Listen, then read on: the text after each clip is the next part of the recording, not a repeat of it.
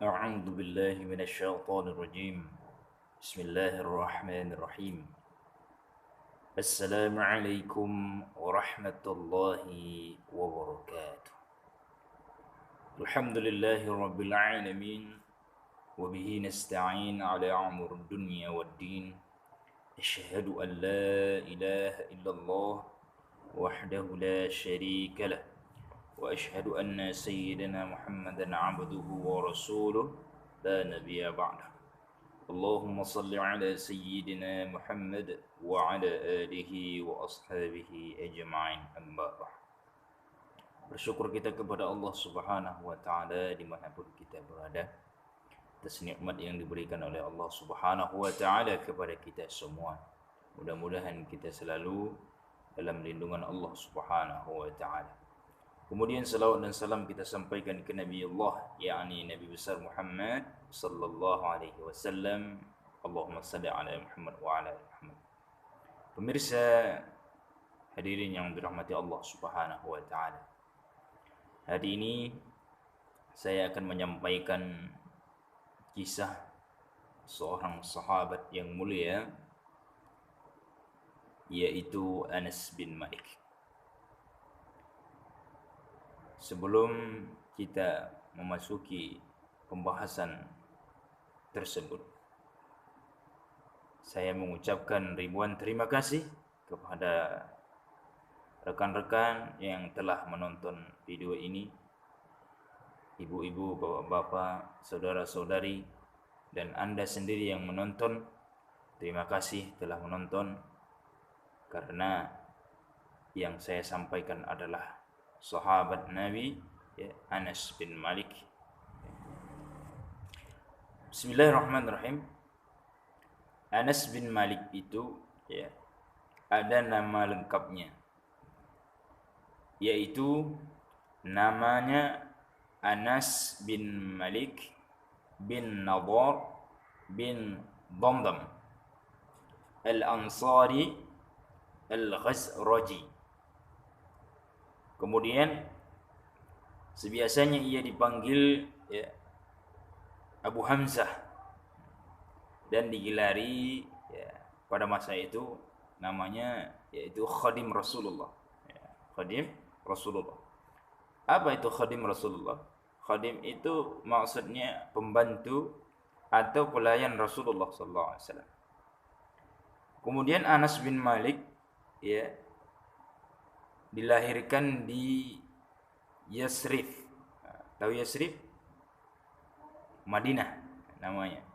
Pada tahun 8, pada tahun ke-8 sebelum hijrah. Kemudian Anas bin Malik ini dititipkan oleh ibunya kepada Rasulullah sallallahu alaihi wasallam untuk menjaga atau menjadi pembantu Nabi sallallahu alaihi wasallam. Itu niat ibunya saat itu. Kemudian umurnya pada waktu itu sekitar 10 tahun lebih kurang. Kemudian ibunya mengatakan kepada Nabi sallallahu alaihi wasallam, "Aku titipkan anakku ini kepadamu, dan dia adalah anak yang pandai menulis." Kemudian ibunya pun memohon kepada Nabi sallallahu alaihi wasallam agar anaknya dijadikan sebagai pembantu. Subhanallah. Dan memohon untuk didoakan oleh Nabi sallallahu alaihi wasallam. Ini ibu yang luar biasa.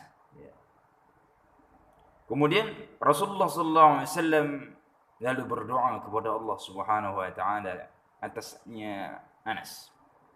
Apa doanya? Ya Allah, perbanyaklah harta dan anaknya, dan berkahilah apa yang engkau anugerahkan kepadanya. Hadis riwayat Al-Bukhari wa Muslim. Kemudian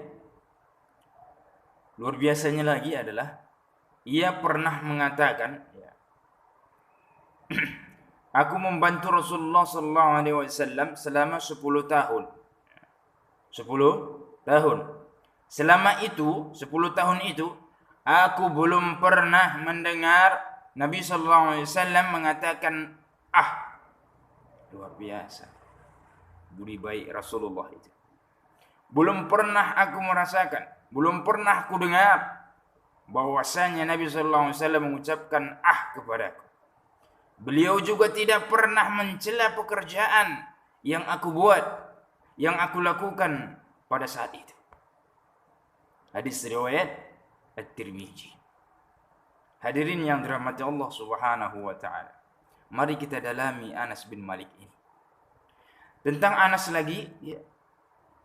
Abu Hurairah pernah berkata, Abu Hurairah, aku belum pernah melihat orang yang paling mirip salatnya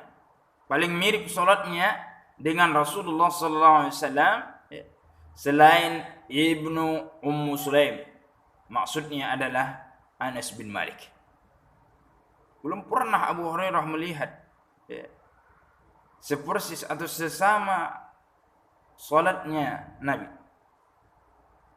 Yang bisa melakukan itu adalah Anas bin Malik. Kemudian di masa tuanya Anas bin Malik, ia pernah mengatakan, sudah tidak ada lagi orang yang masih hidup. Sudah tidak ada lagi orang yang masih hidup di antara orang-orang yang pernah salat menghadap dua kiblat selain aku, kata Anas. Kemudian luar biasanya lagi Anas bin Malik ini adalah mempunyai 100 orang anak. Lebih kurang seperti itu. 100. Kemudian setelah mengkhatamkan bacaan Al-Quran, ia selalu mengumpulkan anggota keluarganya. Ini luar biasa. Orang tua yang luar biasa. Ketika selesai mengkhatamkan Al-Quran, ia selalu mengumpulkan anggota keluarganya, lalu ia berdoa untuk mereka. Lalu Anas bin Malik berdoa untuk anak-anaknya, keluarganya.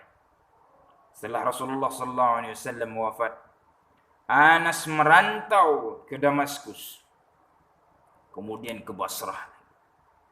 Kenapa dia merantau? Dia tak sanggup melihat kenangan-kenangan dengan Rasulullah sallallahu alaihi wasallam.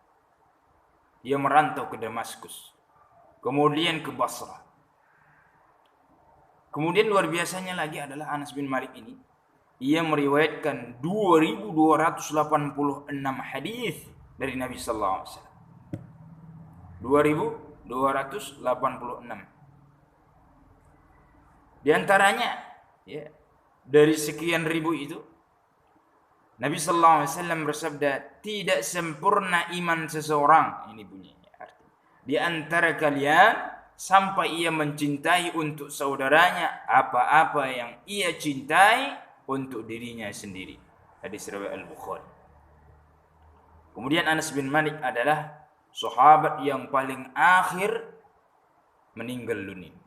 Paling akhir. Kemudian ia meninggal di Basrah tahun 91 Hijriah. Dalam usia meninggalnya itu adalah lebih kurang 99 tahun umurnya. 99 tahun umurnya. Kemudian jenazahnya dimandikan oleh tabi'in, seorang tabi'in besar yang bernama Muhammad bin Sirin. Luar biasa.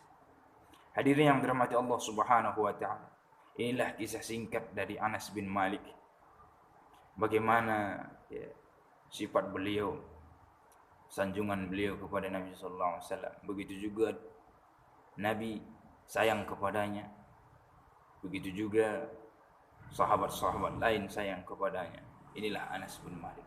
Dan dia tidak pernah mendengarkan kata-kata yang buruk dari Nabi sallallahu alaihi wasallam, bahkan tidak pernah mencela pekerjaan yang ia berbuat. Pelajaran yang kita ambil adalah mari mencontoh Anas bin Malik. Mudah-mudahan kita menjadi orang yang terbaik di sisi Allah Subhanahu wa taala. Mungkin ini saja yang bisa saya sampaikan.